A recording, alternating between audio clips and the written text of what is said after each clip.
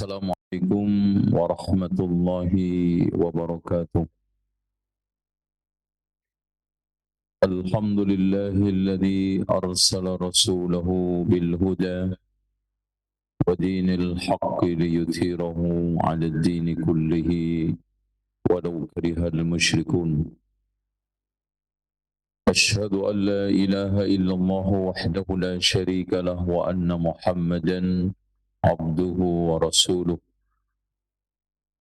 Allahumma salli wa sallim wa barik ala Muhammadin wa ala ali Muhammad kama sallaita ala Ibrahim wa ala ali Ibrahim innaka Hamidum Majid. Saya ingatkan ada majlis yang urgent untuk dipraktekkan. Yang pertama, hendaknya tidak masuk masjid kecuali solat tahiyatul masjid, kecuali yang sudah menunggu sejak solat asar. Kemudian yang kedua, hendaknya membawa semuanya kitab Riyadhus Shalihin, Bulughul Maram. Kemudian yang ketiga, hendaknya ditulis faedah-faedah, hikmah-hikmah yang bisa disari dari hadis yang kita baca. Kemudian tidak mengantuk, tidak bicara dengan temannya, dan tidak keluar sebelum selesai, dan kita selesaikan. Ikhwas sekalian, kajian ini adalah kajian di dalam rangka untuk memakmurkan masjid Allah yang sekarang ini masjid-masjid yang ada sudah sesuai dengan prediksi Ali bin Abi Thalib. Di dalam satu riwayat yang dikeluarkan oleh Imam Al-Qurtubi di dalam tafsirnya Al-Jami' li Ahkamil Quran, di mana beliau mengatakan sayati 'alan nasi zamanun, akan datang pada manusia itu masa zaman, lam yabqa minal islami illa ismuhu, tidak tersisa dari Islam kecuali namanya saja, hanya identitas yang ada di KTP. Banyak sekali umat Islam sekarang tidak meninggalkan Islamnya kecuali hanya nama. Entah namanya dia itu nama Islam, Muhammad, Khalid, Abdurrahman, Abdul Khalik, dan yang lainnya. Atau hanya identitas di KTP.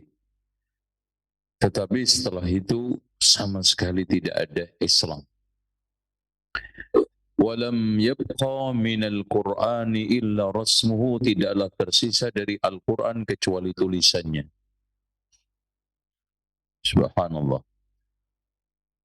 Wa ya'muruna masajidahum wa hiya an dzikrillahi kharabun. Mereka membangun masjid dengan megah, tetapi zikir kepada Allah sepi, sunyi, senyap. Dan dari yang dimaksudkan zikir pertama kali adalah ta'lim. Hampir nyaris sekarang ini masjid-masjid itu sudah tidak digunakan untuk ta'lim, untuk dakwah.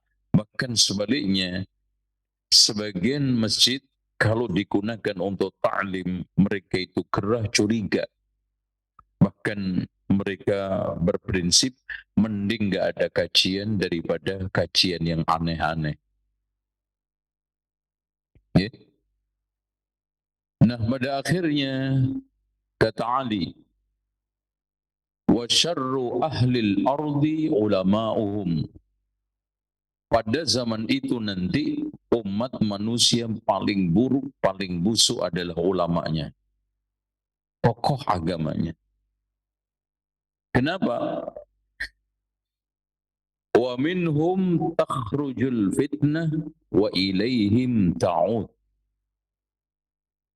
Karena ulama-ulama tokoh-tokoh agama itu menjadi sumber fitnah.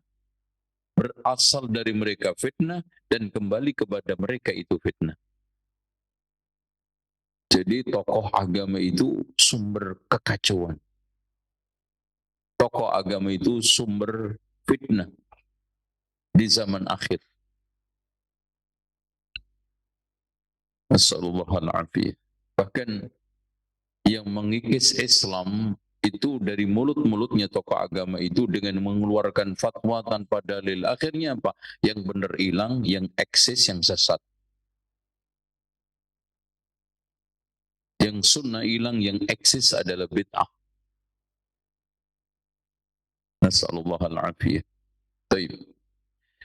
Sekarang kita mulai memasuki hadis hukmu al-qasri fi safar atau tata cara solat musafir. Tafadhal, ada yang menghadiahkan kepada saya hafalan 2 atau 3 hadis sekaligus. Tafadhal.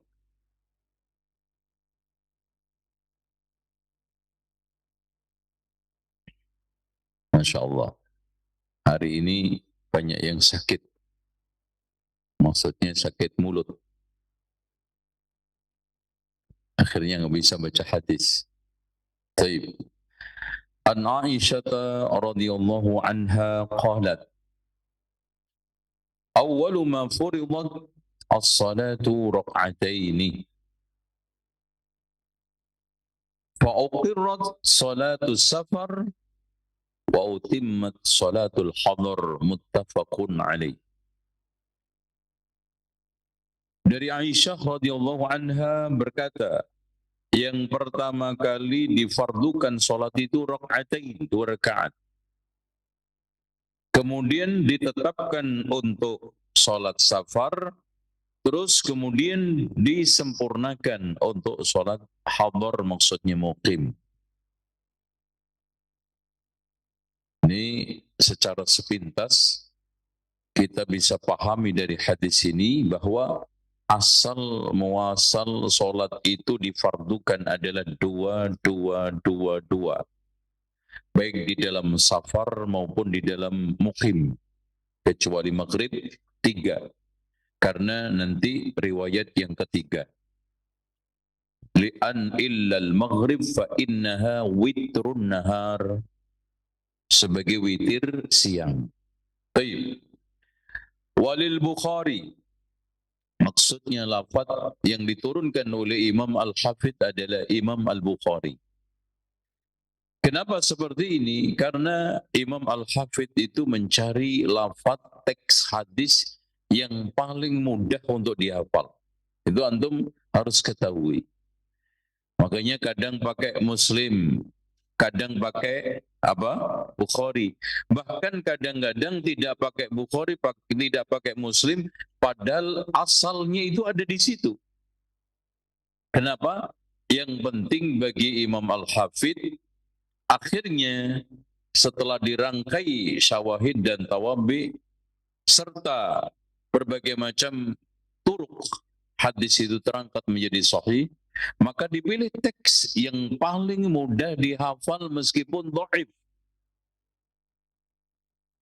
Contoh hadis, qabbala Rasulullah sallallahu alaihi wasallam ba'da nisaihi summa yusalli wa la yatawadda. Ini hadis dikeluarkan oleh Imam Abu Dawud dengan sanad yang dhaif, tetapi menjadi sahih karena ada syahid yang ada di dalam Sahih Bukhari. Ya. Baik. Nah ini walil Bukhari summa hajar. Dari lafaz ini tanpa Rasulullah itu dari mulai diwajibkan salat tahun berapa Pak? Salat diwajibkan? Eh? Eh? Eh? Iya. 3 tahunan salat di Mekah. Nah, Akhirnya Rasulullah SAW sholat 2 rakaat.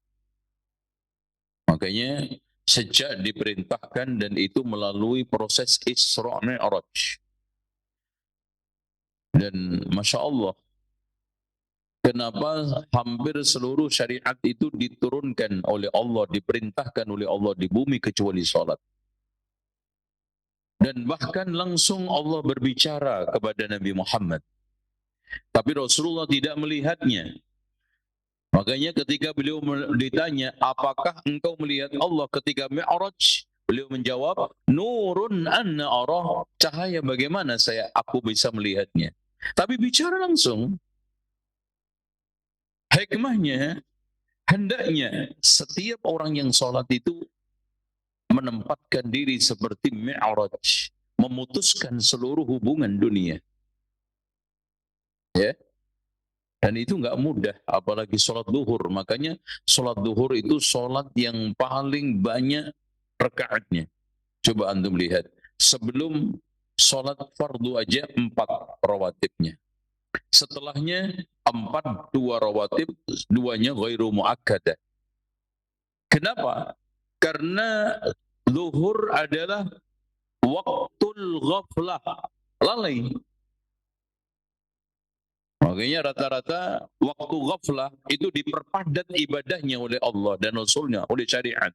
Contoh aja, kenapa Rajab itu diberikan satu keutamaan karena ghaflah antara Sya'ban dengan Ramadan. Yaitu ghaflah. Orang cenderung itu lalai. Makanya diberikan ibadah. Orang perhatian fokus ke Sya'ban, Ramadan. Melupakan apa? Muharram, Ashhurul Hurum, yaitu Rajab. Makanya di sana ada fadilah secara khusus ibadah pada waktu ghaflah, lalai. Makanya ibadah di terminal, stasiun, di bandara itu penting karena ghaflah. Karena mata antum lalai melihat berbagai macam pemandangan yang menyeramkan tapi menyenangkan. Buat nafsu maksudnya. Ghaflah. Di pasar, ghaflah.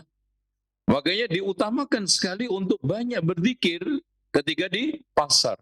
Ketika di tempat-tempat yang itu kita lalai. Cenderung condong kita itu terpalingkan dari kebaikan-kebaikan. Baik. Wa uqirrat salatu safar 'alal awal. Ya, ditetapkan salatus safar seperti awal. Zada Ahmad. Nah, ini ada ziyadah. Imam Ahmad illal maghrib fa innaha witrun nahar. Itu adalah witirnya siang. Kenapa, Pak? Dikatakan witir siang. Karena siang malam itu ada witir, dan witir itu diletakkan oleh syariat di ujung. Makanya sholat witir yang sunnah itu hampir menjelang subuh. Karena itu adalah witrul lail. Sementara siang juga ada witirnya, diletakkan di ujung siang yang menjelang malam, yaitu sholat maghrib. Makanya di sini rahasianya, kenapa kita itu dilarang atau diutamakan untuk tidak sholat witir mirip maghrib. Ya, 2 rakaat kemudian berdiri. Kalau mau 2 rakaat salam kemudian 1 rakaat, atau 3 langsung salam sekali, supaya tidak tasyabbuh dengan sholat maghrib. Ya, itu yang dilakukan oleh Rasulullah. Makanya ketika Ibnu Umar melakukan sholat witir 2 salam kemudian 1 rakaat, ditanya oleh seseorang, beliau menjawab dengan simpel dan singkat, hadhihi sunnatun. Karena ada orang yang ngeyel, 2 kok witir sih? 2 ya genap, ya. Witir ya ganjil. Itu akal kamu. Makanya ada sekalian, lau kana ad-dinu bir-ra'yi lakana asfalul khuf aula bimasghima min a'la. Andaikan agama itu cuma cukup akal-akalan saja, maka penyanyi jadi ustaz. Kalau agama itu cuma cukup akal-akalan, maka pendandut bisa ngeluarin fatwa. Enggak. Andaikan sekarang ini agama itu pakai akal-akalan, logikanya yang berhak untuk diusap itu bagian khuf itu bawahnya karena kotor. Tapi aku melihat Rasulullah mengusap di atasnya. Logikanya di mana? Yang kentut pantatnya, yang dimusap apa? Yang dibasuh mana? Mukanya. Emangnya kalau ada orang kentut terus kemudian merasuk ke muka? Enggak juga. Itu. Inilah syariat. Baik. Hadirin sekalian yang dirahmati oleh Allah Subhanahu wa taala, sekarang kita akan masuk ke dalam satu sanad. Ini penjelasan sanad. Perlu diketahui hadis ini ada 3 jalan. Jalan yang pertama dari Imam Malik, dari Salih bin Kaisan, dari Urwah, dari Aisyah. Ya, Urwah ibnu Zubair ini adalah anaknya Zubair yang paling alim.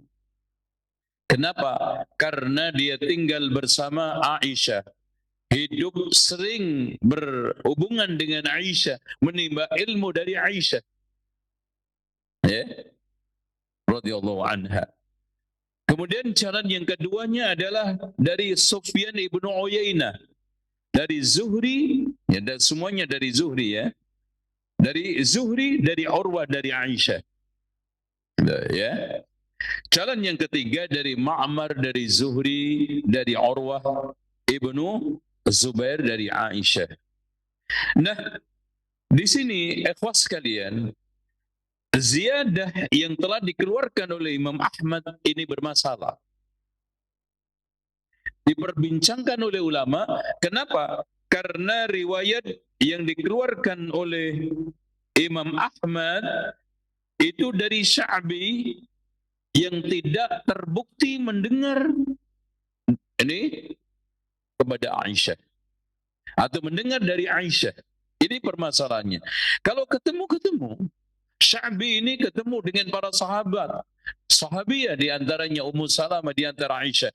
Tapi apakah dia itu mendengar? Ini permasalahannya.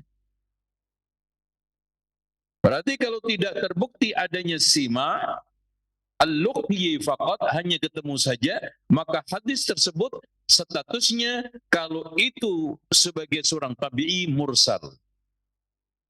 Kalau sebagai seorang sahabat mauquf. Ya. Di sana ada hadis yang mausul yang dikeluarkan oleh Imam Ibnu Khuzaimah dan juga Imam Ibnu Hibban dari Tariq Mahbub Ibnu Hasan, dari Dawud bin Abi Hind, dari Sya'bi, dari Masruq. Nah, baru ketemu. Ternyata di sana ada perawi yang gugur. Ya.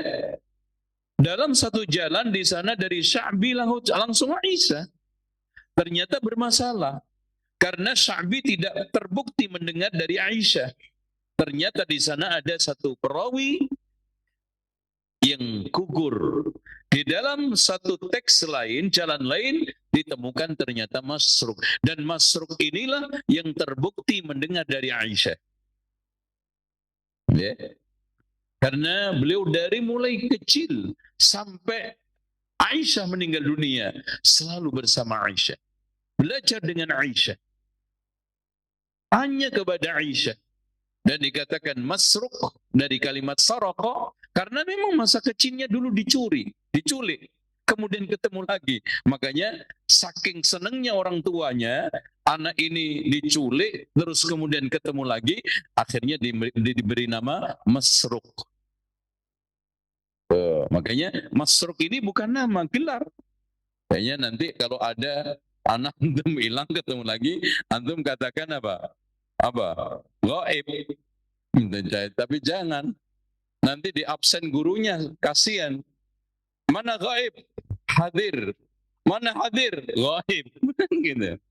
Muskilah. Ya. Ini. Dan sayangnya dari sekalian, sanad yang mausul ini di dalamnya ada satu perawi yang dhaif yang tidak lain adalah Mahbub ibnu Hasan. Jadi dua jalan ini bermasalah. Satu jalan yang perawinya semuanya adalah terpercaya, tetapi ada yang gugur tadi. Yang satunya ini mausul, tapi sayangnya ada Mahbub ibnu Hasan. Yang dikatakan oleh Imam An-Nasa'i dan oleh Imam Abu Hatim adalah dhaif di dalam hadisnya. Bahkan Abu Hatim mengatakan laisa bil qawi, tidak kuat. Dan dikatakan oleh sebagian ulama seperti Yahya bin Ma'in laisa bihi ba'sun. Ya. Namun hadirin sekalian yang dirahmati oleh Allah, ya. Meskipun hadis ini dhaif, yang saya katakan tadi bahwa Imam Ibnu Hajar Al-Asqalani kadang menurunkan teks tampak secara zahir dhaif, tapi ternyata di sana ada syawahidnya, ada tawabi'nya sehingga terangkat derajatnya menjadi sahih. Dengan demikian satu dengan yang lainnya hadis ini saling menguatkan. Oleh karena itu inti kesimpulan daripada hadis ini, asal muasal solat itu difardukan 2 dan maghrib 3.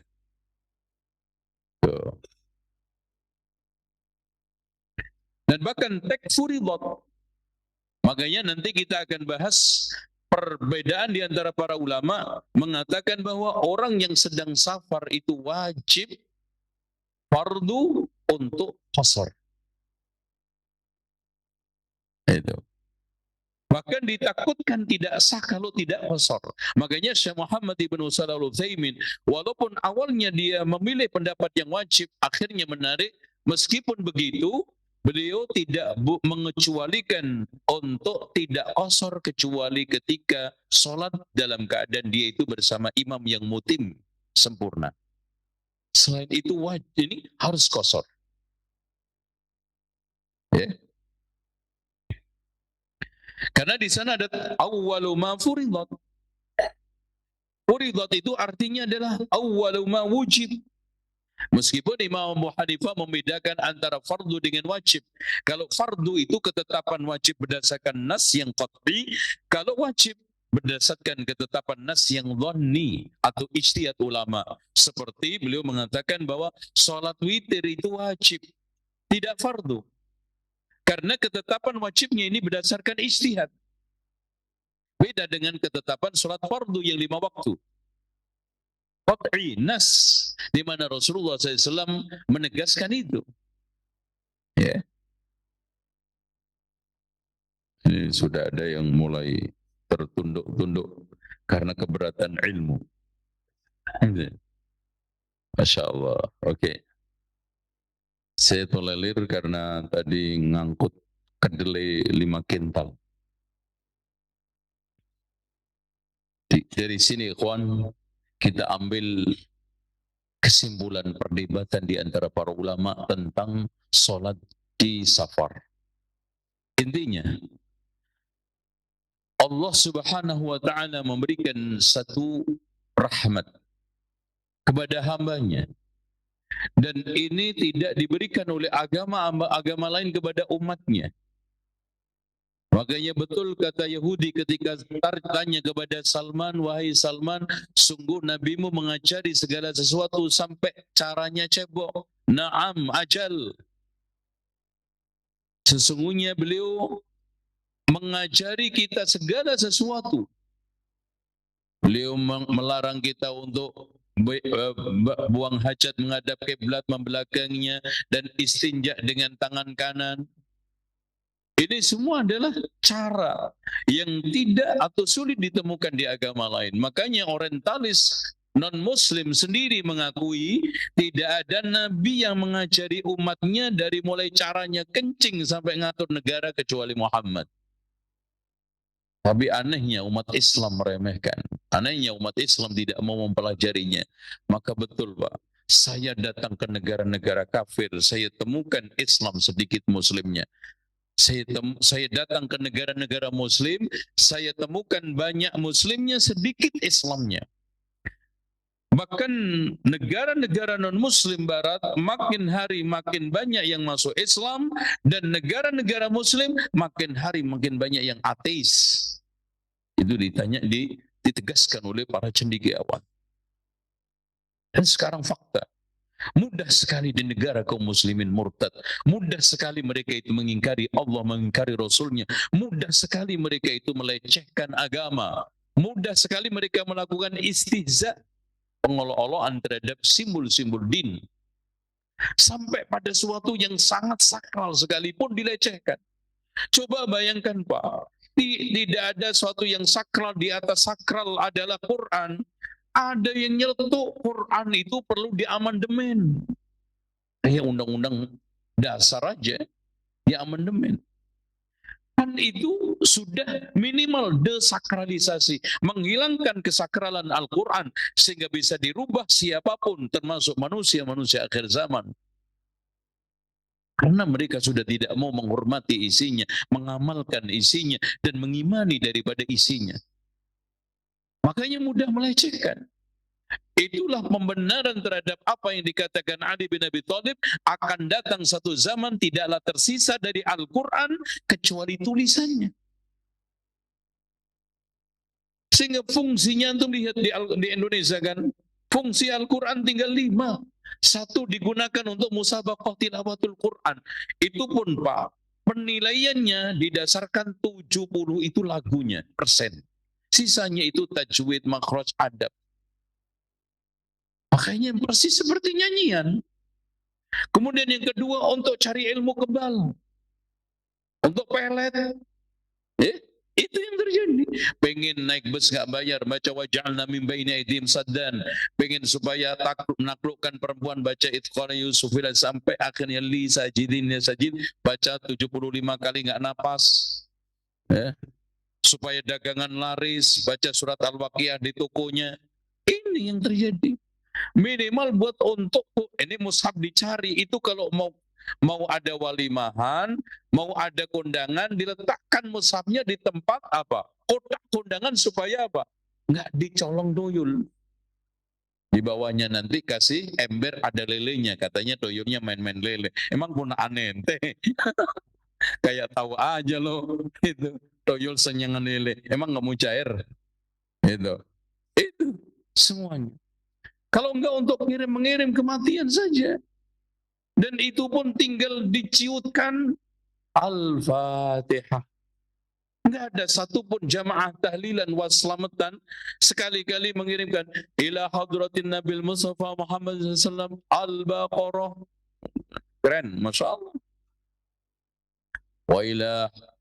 Wa ila jamil hadirin wal hadirat wa minal ahya'i wal amwat Al-Baqarah. Kan enak. Ini semuanya enggak. Al-Fatihah. Nanti enggak lebar sedikit Yasin. Tapi Yasinan bertahun-tahun enggak ngerti isinya Yasin. Buktinya Yasin hanya untuk dinominasikan kepada orang mati. Padahal ayat terakhir Yasin apa? Liyundhira man kana hayyan wa yahiqqal qawlu 'alal kafirin. Agar Nabi Muhammad memberikan peringatan dengan Quran ini kepada orang yang hidup. Orang mati Pak dibacakan ya ayyuhalladzina amanu kutiba alaikumusiyam. Emang mau puasa dia? Mau Ramadan dia? Bangunin aja sekalian sahur gitu. Orang mati dibacakan ya tentang ayat sholat, tentang ayat zakat. Emang dia bayar zakat, yang perlu puasa siapa? Orang hidup. Yang perlu sholat siapa? Orang hidup. Kenapa Anda menyibukkan diri membacakan Al-Quran kepada orang yang mati? Kita tidak mengingkari adanya khilafiyah di antara para ulama tentang masalah intifa biqiraatil Quran untuk mayit. Tapi persoalannya dzalikal kitabul la raiba fi, itu tidak untuk yang mati. Tapi kenyataannya seperti itu, nasallallahu alaihi. Baik. Hadirin sekalian, dari hadis ini kita bisa tetapkan adanya satu perbedaan di antara para ulama, minimal ada 3. Yang pertama, sholat qasar itu wajib ketika safar. Ya, ketika safar wajib. Ini pendapatnya Imam Abu Hanifah, sebagian riwayat dari Imam Ahmad, dan dikuatkan, dibela mati-matian oleh Ibnu Hazm. Nah, karena Ibnu Hazm Zahiri. Karena memang Pak, dari teks-teks hadis itu diakui juga oleh Syekh Muhammad Ibnu Utsaimin, ini pendapat yang mengatakan wajib itu dalilnya cukup kuat. Cukup kuat. Yang pertama, awwalu ma furidat, artinya apa? Wajib. Kemudian Rasulullah SAW tidak pernah meninggalkan qasar ketika safar.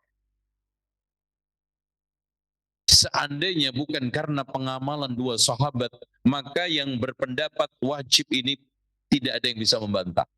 Yaitu Utsman ibnu Affan ketika ada di Mina, beliau melakukan itmam.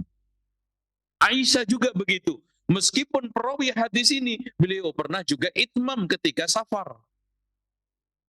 Meskipun Imam Ibnu Qayyim mencoba untuk mencarikan alasan buat Utsman ibnu Affan radhiyallahu an, karena konteksnya Utsman ketika itu kan haji, sudah kesekian puluh hari di Mekah, maka kedudukan beliau itu mukim, tidak lagi safar, makanya sholat sempurna. Itu dalilnya. Atau itu pembelaan Ibnu Qayyim kepada pengamalan Utsman bin Affan, meskipun protes Ibnu Mas'ud menjadi pembenaran yang mengatakan wajib, karena ketika itu Ibnu Mas'ud protes kepada Utsman, walaupun berduaan, nggak protes kayak mimbar bebas, ya, tetapi protes tersebut tidak didengar oleh Utsman. Tetap Utsman bin Affan sholat sempurna. Akhirnya Ibnu Mas'ud juga sholat bersama Utsman bin Affan. Setelah sholat, engkau nggak setuju, kenapa ikut wahai ini Ibnu Mas'ud? Abu Abdurrahman ini Abdullah Ibnu Mas'ud. Karena kata beliau, al-khilafu syarrun kullu. Perselisihan itu semuanya adalah buruk. Allahu Akbar. Inilah akal besarnya para sahabat. Inilah pemahaman dalamnya para sahabat. Inilah kemaslahatan yang dijaga. Ya, al-khilafu syarrun kullu. Semua bentuk perselisihan itu adalah buruk. Makanya nggak mungkin kita itu bisa menerima hadis palsu yang dipasarkan oleh sebagian orang bahwa ikhtilafu ummati rahmah, perselisihan umatku itu rahmat. Rahmat di mananya? Kalau umat itu sahabat, betul. Kalau umat awam nggak berselisih aja ribet, ya.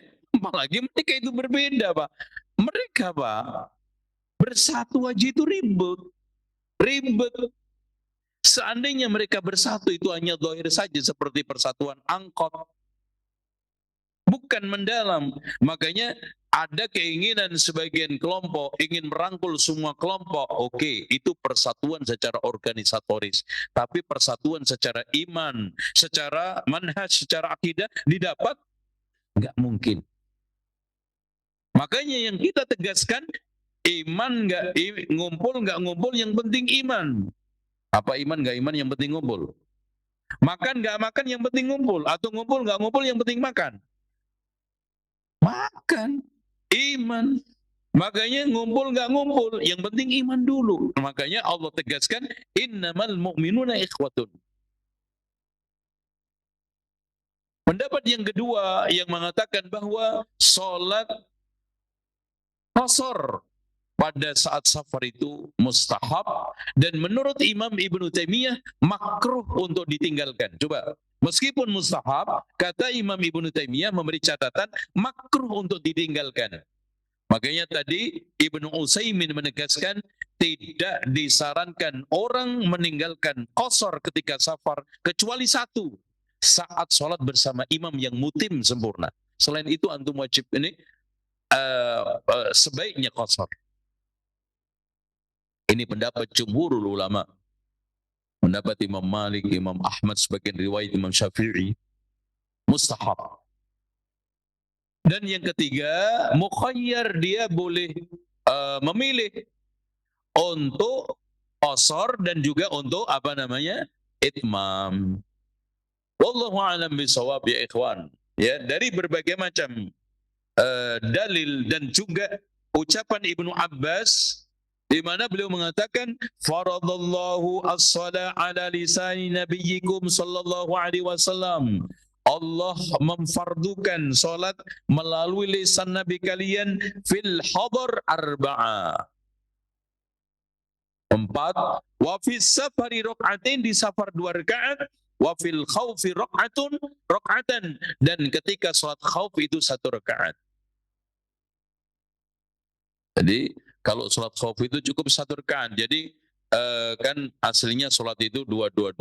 Ketika dia mendapatkan 1 rakaat, antum duduk, niat tafarruq, ya, kemudian setelah itu selesai, keluar. Nah, bagian satu lagi masuk, nanti tahiyat bersama, tasyahud bersama imam. Ini praktek yang 1 rakaat. Kalau yang 2 rakaat, gimana caranya? Imamnya yang ngalah. Ya, berdiri panjang sekali ketika rakaat yang keberapa? Ini keduanya. 1 sama imam berdiri, dia melanjutkan, setelah itu keluar. Baru setelah yang kedua nyusul, nanti sholat bersama imam, ini salam bersama kelompok yang kedua. Tapi kata Ibnu Abbas, salat itu difardukan atas lisan Nabi kalian pada saat muqim 4, pada safar 2, pada saat khauf 1 rakaat. Masya Allah, ya. Nih. Dan yang mengatakan wajib tadi juga banyak sekali juga di antara ulama-ulama selain madzhab, ya. Ada Imam As-Sun'ani juga di dalam Subulus Salam mengatakan wajib qashar. Ya, juga Imam Asy-Syaukani mengatakan wajib qashar, ya. Allahu a'lam bishawab. Baik, ya. Intinya wa idza darabtum fil ardi falaysa 'alaikum junahun an taqsuru minas shalah in khiftum. Khauf di sini bukan khauful hala, bukan takut yang sifatnya galau dan minder, tapi khauf adalah tawaqqu'i makruhin, ya, diprediksi akan tertimpa sesuatu yang tidak menyenangkan. Itu khauf. Makanya ketika ada ucapan dari firman Allah, fa in khiftum alla ta'dilu, barang siapa yang takut untuk tidak bisa berbuat adil, nikah 1 saja. Khauf di sini apa artinya? Tawaqqu'ul makruh. Takut akan terjadi sesuatu yang tidak disukainya. Yaitu apa? Kepontal di dalam nafkah. Tidak kuat di dalam membagi qismah. Tidak cukup di dalam mencukupi nafkah secara adil. Dan nafkah itu ada 5. Nafkah kesehatan, nafkah pendidikan, nafkah papan, nafkah pangan, nafkah pakaian. So, makanya jangan memudah-mudahkan poligami. So, anak antum, istri antum 2 aja, anaknya 5 udah 10. Kalau 7, 14. Itu kan? Udah lumayan tuh. 3 di HBS, 2 lagi di mana? Imam Bukhari, 3 lagi di Bin Bas. Masya Allah. Udah cukup ngeluh. Itu makanya. Jangan aneh-aneh. Udahlah. Qanaah dengan yang ada. Baik. Jadi itu. Saya kira cukup. Sekarang kita kembangkan lewat tanya jawab. Insya Allah. Barangkali ada hal-hal yang belum diungkap di dalam penjelasan intinya, bahwa qashar adalah suatu rukhsah, kemuliaan, rahmat yang diberikan kepada umat ini. Shadaqatun tasaddaqallahu biha alaikum faqbalu sadaqatahu. Rahmat yang diberikan oleh Allah, maka kita ambil, kita lakukan qashar insyaallah. Tafadhal, silakan, mungkin ada yang tanya. Nah Ustaz, jazakallah khairan wa barakallahu fiik Ustaz atas materi yang sampaikan di kesempatan sore hari ini. Dan ikhwatal Islam azani Allah wa iyyakum. Untuk selanjutnya kami buka sesi interaktif soal jawab dalam rangka memperdalam materi yang disampaikan oleh beliau. tentang tata cara sholat bagi Om Musafir. Baik, kita angkat pertama telepon, ya silakan.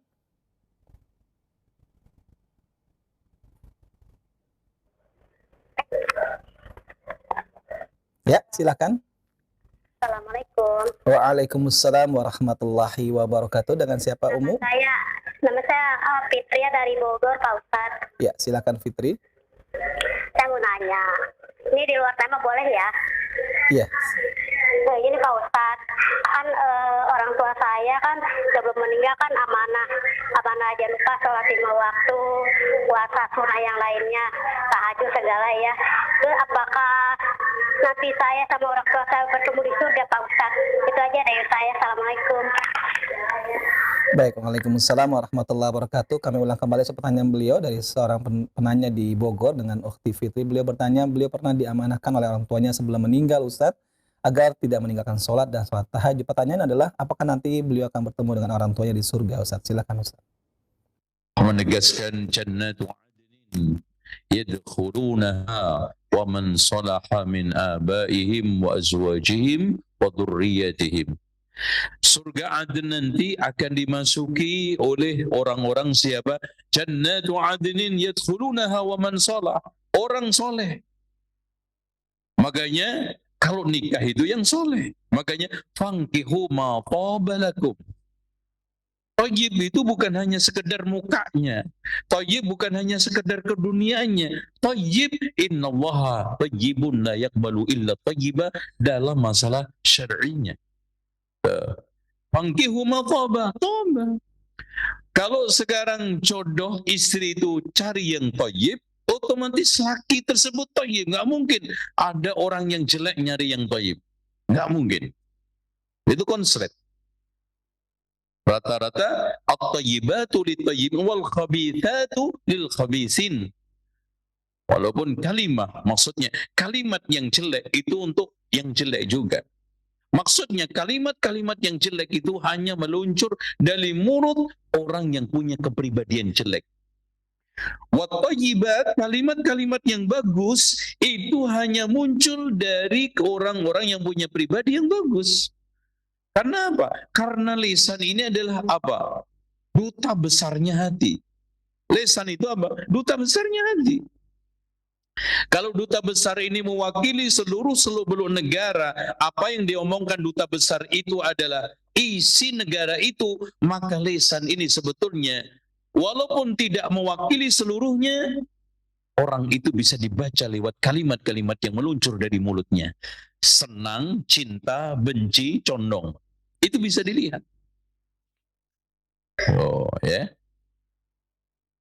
Nah, dengan demikian waman sholaha min abaihim, jadi nanti nenek moyangnya, kakek ya, neneknya ngumpul. Waman sholaha min abaihim wa azwajihim, suami istri. Wa dzurriyyatihim, anak cucunya ngumpul di dalam surga. Makanya kalau tidak ketemu atau belum ketemu, wa aqbala ba'duhum ala ba'di yatasaalun qalu inna kunna qablu fi ahlina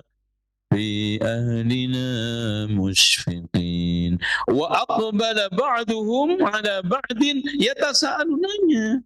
Paman yang ini kok belum nongol, jangan-jangan lewat, wah tengok sana sini nggak ada, oh ternyata masih di neraka, tunggu nanti karena muslim ya.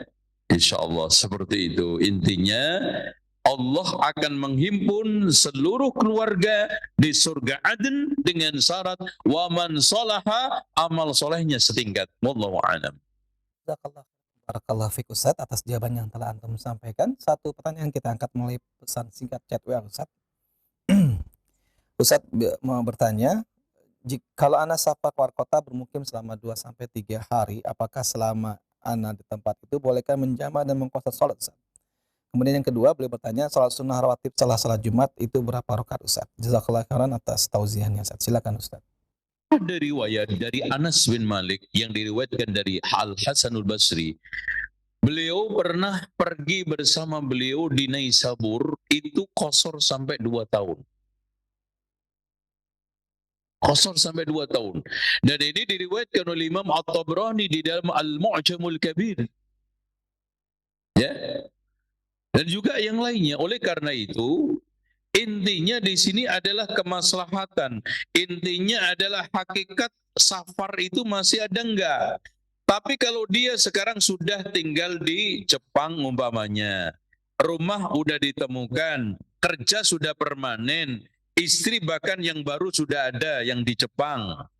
Ini meskipun dari status status secara nama musafir, tapi secara hakikat itu dia sudah mukim. Itu ya. Dan qasar itu artinya apa? Ada yang tahu qasar nggak artinya? Hah? Qasar artinya apa? Ustaz Usman? Hah? Iya, qasr. Jadi kalau potong bahasa Arabnya apa? Qasr. Kenapa dipotong? Karena Rasulullah mengatakan innallah wada'anil musafir syatras shalah. Allah mengukurkan separuh daripada salat dari orang musafir. Dan tadi di dalam firman Allah surat An-Nisa, "Fala junaha 'alaikum an taqsuru minas shalah." Qasr. Tapi sebetulnya ini hanya nisbi. Hakikatnya aslinya itu kan 2 memang. Kemudian ditetapkan oleh Allah untuk safar, lalu ditambah untuk yang mukim. Kenapa? Karena mukim longgar, tidak banyak kerepotan, kesibukan, maka Allah tambah kelebihan pahala. Nih. Makanya ada satu kaidah, idza dhaqat tasa' wa idza tasa' dhaq. Segala syariat itu kalau orangnya itu repot, syariahnya yang sekarang melentur. Kalau sekarang orangnya itu longgar, maka syariatnya mengetat. Itulah di dalam satu istilah, idza dhaqa ya asy-syakhs ittasa'a asy-syari'ah. Dan sebaliknya. Itu kaidah al-masyaqqatu tajlibut taysir. Dan itu indahnya Islam, luasnya Islam, fleksibelnya Islam, dan keindahan yang diberikan oleh Islam. Coba pada waktu Covid coba. Antum sampai digugurkan sholat Jumat. Coba kemarin kan sempat. Semua sempat enggak untuk tidak sholat Jumat? Semuanya ngerasain. Ada yang enggak ngerasain? Dari awal sampai akhir. Bahkan digugurkan. Sholat wajib pun digugurkan. Di rumah, sama istri. Makanya banyak orang yang beranak. Itu, Masya Allah, apalagi subur. Kenapa? Karena sering ketemu. Hanya banyak orang-orang yang selama ini tidak punya anak. Dia bersyukur kepada COVID. Alhamdulillah COVID, kamu kasih anak saya ya. Merantara maksudnya. Allah yang ngasih maksudnya. Artinya, dengan kondisi COVID, orang yang awalnya sibuk, jarang ketemu, itu menyebabkan kendala, Pak. Jadi orang itu kalau sibuk, jarang ketemu, pasti capek. Kalau berhubungan pun tidak maksimal, sehingga tidak membuahkan. Ya ibaratnya tanaman itu gabek, tanaman itu mandul, tanaman itu apa? Tidak menghasilkan. Itu makanya dengan banyak istirahat, sering ngumpul, maka akhirnya apa? Jadi itu antum lihat aja kenapa ayam itu anaknya banyak, karena dia itu enggak terporsir. Ya. Terporsir terus kumpul terus. Makannya bagus. Jagung itu apa namanya, Pak? Ayam itu makanannya sehat, jagung, apalagi biji-bijian. Dan nggak pernah saya lihat ada ayam ngerokok. No, kan itu yang bikin sehat. Makanya lihat suaranya aja ketika berkokok kan itu jernih sekali karena tidak ada nikotin di dalam itu. Hewan-hewan itu ngerti kalau rokok itu bahaya. Antum cek aja, kasih semua hewan itu rokok, pasti dia itu akan menolak. Gitu. Kecuali ketek sarimen, karena apa? Sudah dilatih sama yang memelihara. Pernah saya lihat atraksi ketek itu ngerokok. Hebat nih ketek sarimen, Masya Allah itu. Karena dia tuh, Pak, lihat aja Pak, kambing ketika ada bahaya dia itu lebih mengorbankan diri dijerat sampai kesakitan daripada dia jebur ke sungai yang itu dia belum berpengalaman. Makanya tuh lihat aja kambing yang antum mandikan sekali 2 kali itu masih susah. Nah, itu. Begitu juga yang lain. Jadi secara fitrah Allah berikan naluri bisa seleksi ini manfaat, ini madarat, ini untung, ini rugi. Nah, ini manusia makanya di sini Pak. Masya Allah ada satu buku, ada satu makalah yang judulnya bagus sekali. Ini diulas oleh Syekh Muhammad Jamaluddin Al-Qasimi di dalam tafsirnya Mahasin Ta'wil. Ada satu tulisan yang judulnya Al-Islam wa Islahun Nasl. Islam dan perbaikan keturunan. Banyak orang yang sekarang ini ketika pembudidayaan baik flora maupun fauna selalu berbicara bibit yang paling unggul, mencari bibit yang paling unggul. Hanya hayawan yang tidak natik, yang tidak memberikan satu pengaruh baik itu rusak ataupun baik. Sementara ini ada hayawanun natik yaitu manusia yang mereka penipu lebih banyak daripada yang jujur, ya.